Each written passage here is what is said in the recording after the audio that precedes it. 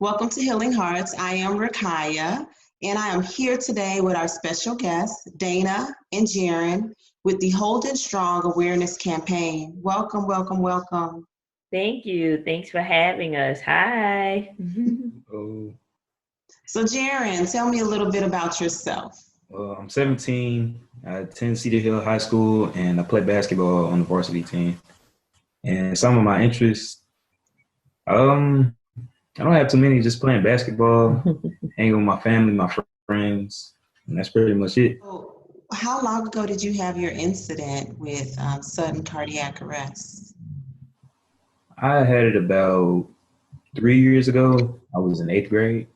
In eighth 13 grade? years old. I know for me, even being a coach, I had heard of it, but I always had the understanding that someone would have a pre-existing condition.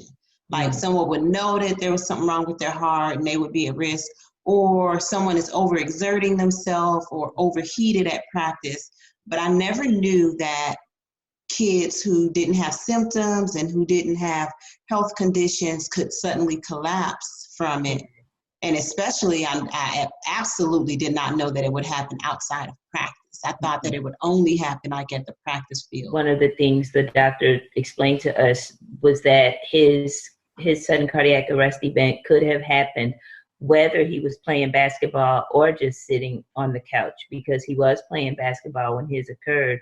So, that was actually even scarier to us, because it's like, okay, so what if this would have happened at home? I'm sure there definitely would have been a different outcome. Yeah, I mean, I go through it in my mind all the time, and I just wish that my sons had happened at practice. Of course, you hear of the cases of kids who get CPR right away and they still don't survive, but it just seems like the chances would have been a little bit higher of survival because he didn't get CPR right away because he wasn't at practice. And you think about it, the coaches are trained to respond to this, but what happens when these kids are with their teammates or with their friends after practice? Because there's so many cases that are happening after practice.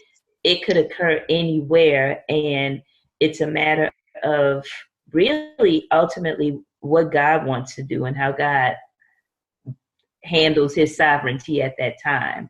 Absolutely. And it's something we have to understand or be okay with eventually. Walk me through what happened the day that you had your incident. What symptoms were you feeling, if any? How did everything go?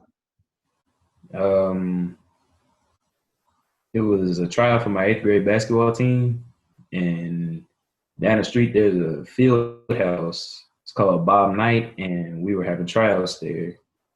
And we were scrimmaging, and after my team lost, I leaned over and passed out. On that day, I didn't feel any symptoms or anything weird. I just passed out. When you leaned over, did you feel anything, or did you think you were just catching your breath and leaning over? I thought I was dreaming the whole day.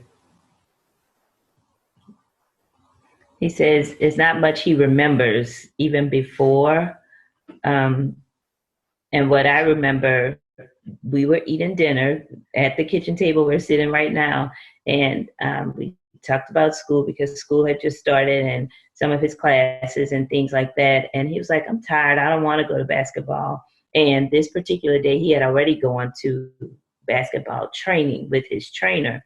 So I was like, no, dude, you already signed up to go to tryouts. And we always teach our kids, you finish what you start. So we still made him go. And thankfully, and I say thankfully, but thankfully my husband and I were there when it occurred. So we didn't have to get a phone call, but it was also a very traumatic experience to be present, to see.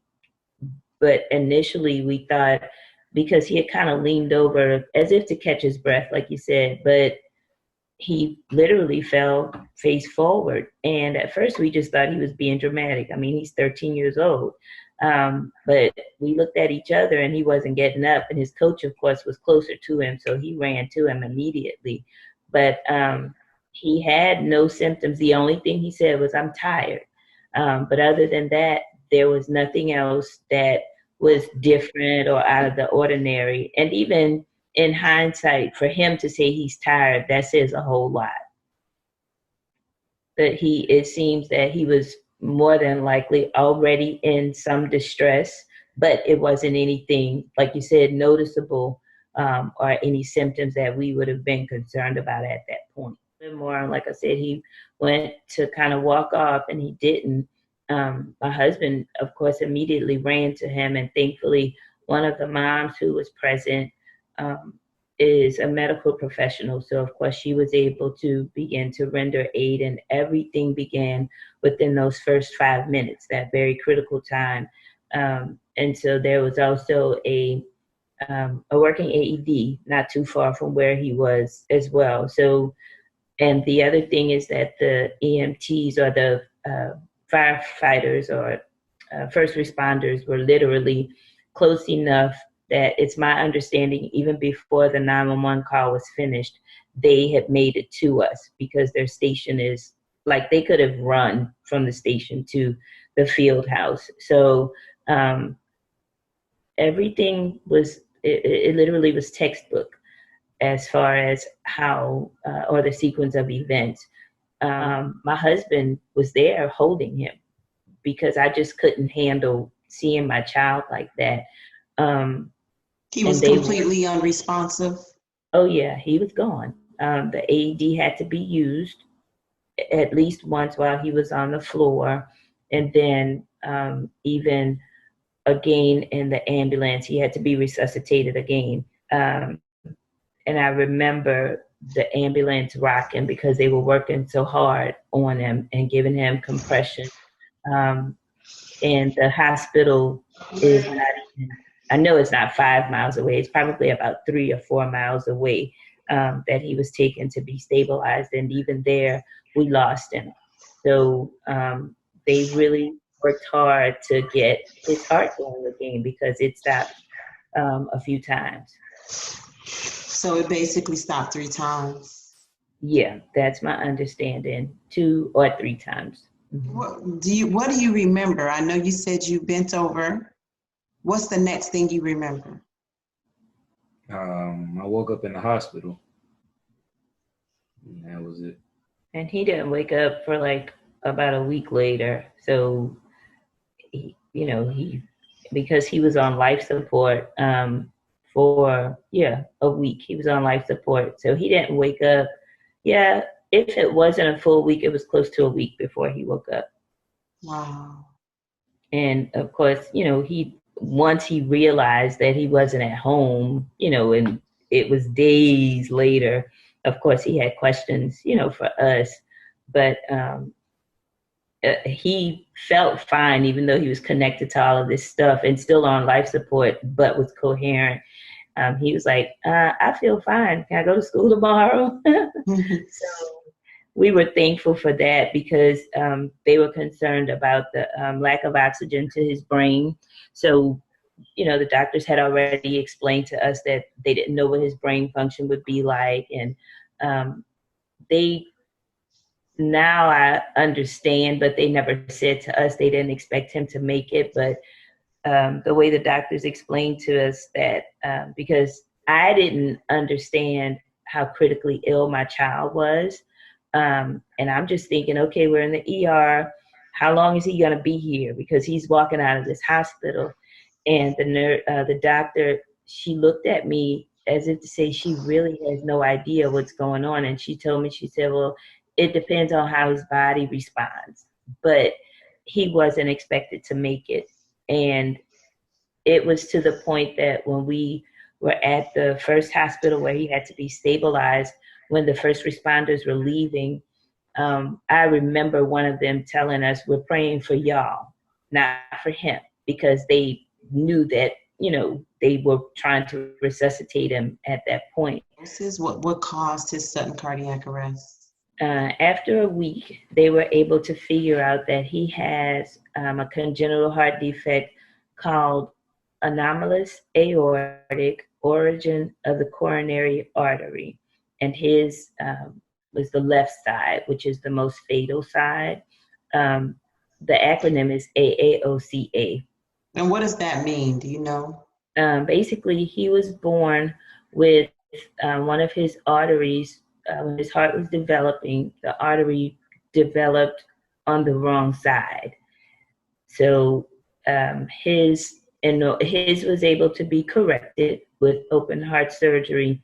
They did what was called a sinus unroofing, and literally, even not even a whole year ago, or in March, I learned from the cardiologist that his artery was twisted, almost like, you know how when you have a baby and they tell you, oh, the umbilical cord was wrapped around their neck, and they unwrap it 2 or 3 times. Well, his artery was twisted up. So even 2, almost 3 years later in March, they still are in awe that he lived for 13 years without incident, and then he survived with the way that his heart had developed. You know, I'm learning so much through these conversations. For him to say, and for each survivor that I'm talking to for this series, to say that they felt nothing, and that it happened in the blink of an eye, I think that will help a lot of parents who are struggling and searching for answers about what they've missed. Right. That's a big thing.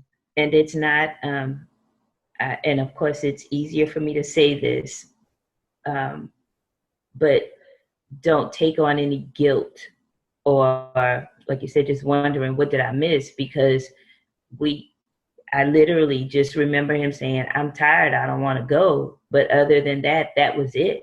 So they never say, oh, my chest hurt or anything like that. And even one of the symptoms of dizziness, and even afterwards, I would ask him, dude, you didn't feel dizzy that day or anything. So don't take on that, I wonder, what should have I done differently, or should I paid attention? Because it literally just happens in the blink of an eye. So right.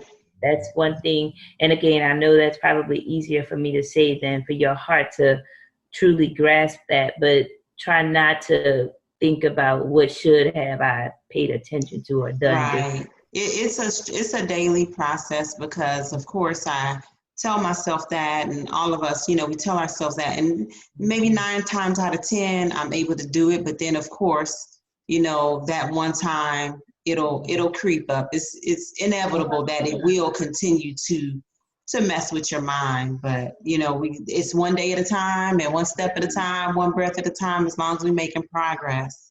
I agree. How do you approach athletics now? Do you approach it the same way, or are you a little bit more timid, Jaron? I approach it even harder. I just go in with a killer instinct, a mindset that I can't be beat. And what allows you to go harder? What has elevated your drive? Well, most people don't believe me, but those events, like that makes people stronger. And if we come together, continue to come together, like what we're trying to do, we can make a difference in this, and we can save a lot of lives and save a lot of tears. I totally agree with you, definitely. Okay, and we're gonna be watching out for you, Jaron. We're gonna be watching out for you. We know you're gonna do big things because God saved you for a reason. Yeah. And I need you to do something for me. Yes, ma'am. I need you to do it for Damani. I need you to do it for all of the fallen soldiers who are not here. God saved you, and so you got to carry it on your shoulders for all of the other ones that did not make it. I need you to make sure that you make it for all of them, okay? Yes, ma'am. All right. Thank you guys so much. I Thank appreciate you for having us. Thank you so much for having us, and know that I am praying for you all.